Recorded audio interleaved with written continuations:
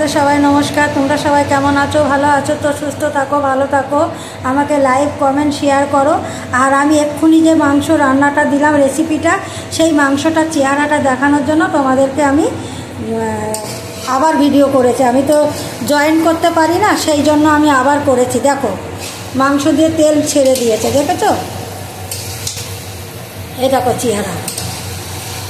এরকম করে রান্না করে খেয়ে দেখবে, খুব সুন্দর লাগবে। মশলা, গরম মশলা, আদা রসুন পেঁয়াজ, একটু টমেটো তোমরা একটু কড়াইতে তেল দিয়ে ভেজে নেবে।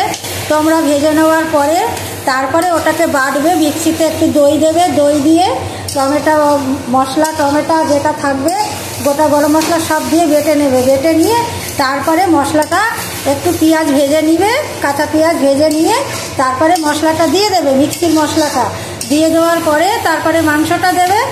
হ্যাঁ, আমি কিন্তু মাংসর মধ্যে মশলাও মাখিয়ে রাখিনি, ভেজেও নিইনি। খুব সুন্দর লাগবে এইভাবে খেয়ে দেখলে। দেখবে অনেকে কি করে মশলা কাঁচা মাখিয়ে রাখে, সেটাও একরকম লাগে। কিন্তু আমার এটা তুমি দেখো চেহারাটা দেখছো, তেল বেরিয়ে গেছে। কত সুন্দর রান্না করেছি, দেখো তেল বেরাচ্ছে। এই মাংসটা রান্না করে খেয়ে দেখবে, এটা আমি নিজের মন থেকে করি, ঠিক আছে? আমি কোনো ইউটিউব ফেসবুক কিছুই দেখে করি না, নিজের মন থেকে এই মাংসটা করি। খেয়ে দেখবে, খুব সুন্দর লাগবে। আর এটা আমি আজকে কষা করব না, আমি এটা ঝোল করব, যেহেতু দুপুরবেলায় এটা খাওয়া হবে। আর আলুটা আমি সঙ্গে সঙ্গে দিয়ে দিয়েছি এই কারণে, নতুন আলু জানো তো যেই সিদ্ধ হয়ে যায় তারপরে নামিয়ে রাখলে শক্ত হয়ে যায়, ওই জন্য আমি আলুটা মশলার সঙ্গেই কষিয়েছি। এই যে আলু দেখো সিদ্ধ হয়ে গেছে, এই দেখো ভেঙে যাচ্ছে আলুগুলো, দেখেছো ভেঙে যাচ্ছে। এই যে কিন্তু এটা যেই ঠান্ডা হয়ে যাবে না, সেই শক্ত হয়ে যাবে। তা যাই হোক, তোমরা আমাকে লাইক কমেন্ট শেয়ার করো। আর দ্বিতীয়ত একটু বেশি বেশি করে করো, অনেক কষ্ট করে ভিডিওগুলো করি। আমি শ্যামলী বলছি, শ্যামলী কিচেন রান্নাঘর থেকে, ঠিক আছে? তোমরা ভালো থেকো, সুস্থ থেকো। শরীরটা আমার অনেক খারাপ জানো কদিন ধরে, কিন্তু তাও আমি কী করবো, রান্না তো আমার করতেই হবে, খেতে তো আমার হবেই। সেই জন্য আমি, আমার ঘরে তো কেউ নেই, আমাকে করতেই হবে, তাই আমি রান্নাগুলো করছি। আজকে তার মধ্যে লোক আসবে, সেই কি এক তরকারি একটা মাংস দিয়ে তো আর ভাত দিয়ে দেওয়া যায় না, তাই জন্য ডাল করেছি, বেগুন ভাজা করেছি, মূলো ছেঁচকি করেছি বড়ি দিয়ে, আর একটু আমড়ার চাটনি করেছি। এই হলো আমার রান্না। আর আমুদি মাছ করেছি, দেখালামই আমুদি মাছটা।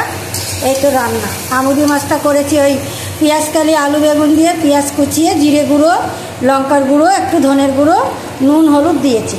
মাংসর মধ্যে কিন্তু একটু মিষ্টি অবশ্যই দেবে তোমরা, নাহলে ভালো লাগবে না, ঠিক আছে?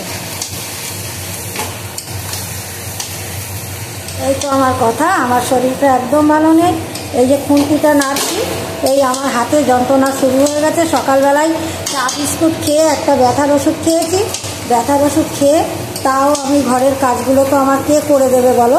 সেই জন্য আমি সব কাজ করছি, এই রান্না করছি দুপুরবেলায়, ঠিক আছে? কেমন হয়েছে তোমরা খেয়ে বলো, ঠিক আছে? রাখছি। হাই বন্ধুরা, সবাই ভালো থেকো, সুস্থ থেকো, রাখছি।